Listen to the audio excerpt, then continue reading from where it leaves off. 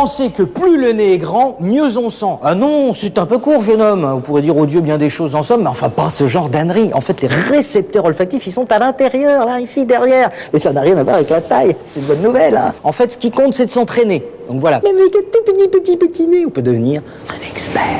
Important, ça, pour les petits nez.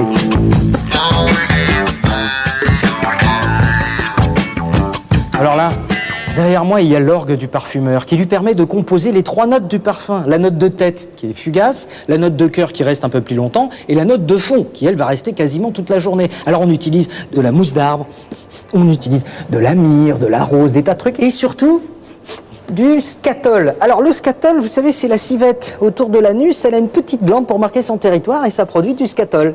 Mais c'est utilisé dans tous les grands parfums, toujours pour la note de fond. Et oui, le scatol. C'est un parfum qui sent un petit peu de la civette.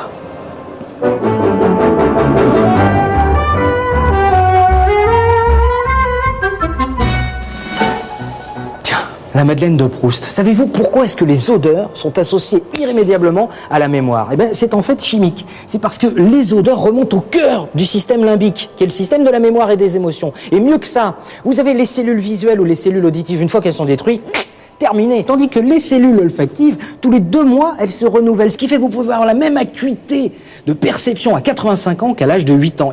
D'où le souvenir, d'où la Madeleine. Voilà.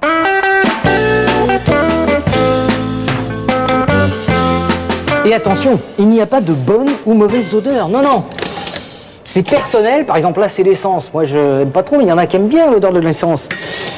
Et puis, c'est culturel. Mais oui, parce que prenez une bonne odeur de poisson séché. Hein, le poisson séché en Asie, c'est considéré comme une odeur très très rare, très subtile, très très... C'est notre culture, hein. Parce que le poisson séché, c'est punk.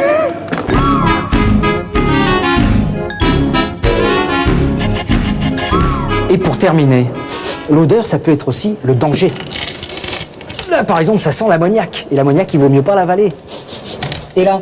Mais là, ça sent le gaz. Au départ, le gaz, il est totalement inodore. On lui rajoute dedans une odeur pour dire « Attention, c'est dangereux ». Et là, vous sentez pas? Ben si, ça sent la faim. C'est normal, c'est la faim. La fin d'une chronique, c'est une odeur très forte. C'est une odeur. Bon, très bien. Donc, on n'a pas besoin d'avoir un grand pif pour bien sentir. Et surtout, on peut emmener tous les types parce que vous avez vu que c'est intéressant. C'est évidemment là, vous allez participer. C'est pas une exposition où vous allez juste, vous regardez là. Vous avez participé. On va vous demander de mettre justement votre nez à contribution pour les petits, pour les grands, jusqu'au 3 mai 2009 au Palais de la Découverte. Pourquoi ça voyage pas ce genre d'exposition? Ça voyage. Elle vient de Bruxelles. Donc si ça voyage. Non, mais qu'elle aille dans nos régions. Et ensuite, bien sûr que ça fera le tour. À tout à l'heure. Merci Thomas. On va passer à la suite maintenant et